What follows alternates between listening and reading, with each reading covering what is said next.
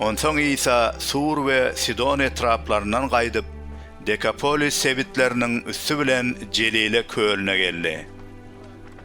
İsa'nın ýanyna kerhem peltek bir adamy getirip, onun başına elini koymagyny sorap oňa ýalbardylar.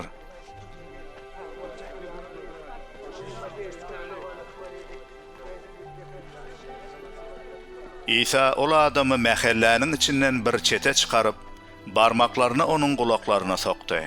Tüýkürip, onun diline elini degirdi. Onsoň göge bakyp, uludan demini aldy da Effata, ýagny açyl diýdi. Ýanky adamyň gulaklary şo wagda açylyp, dili dürs geplemäge başlady. İsa muny görenlere bu barada hiç kime aýtmadygy tawşyrdy.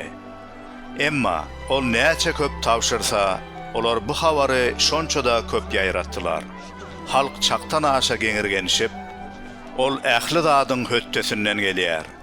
Hatta kerlerin gulagyny, laarlaryň dilini açýar diýişýärdi.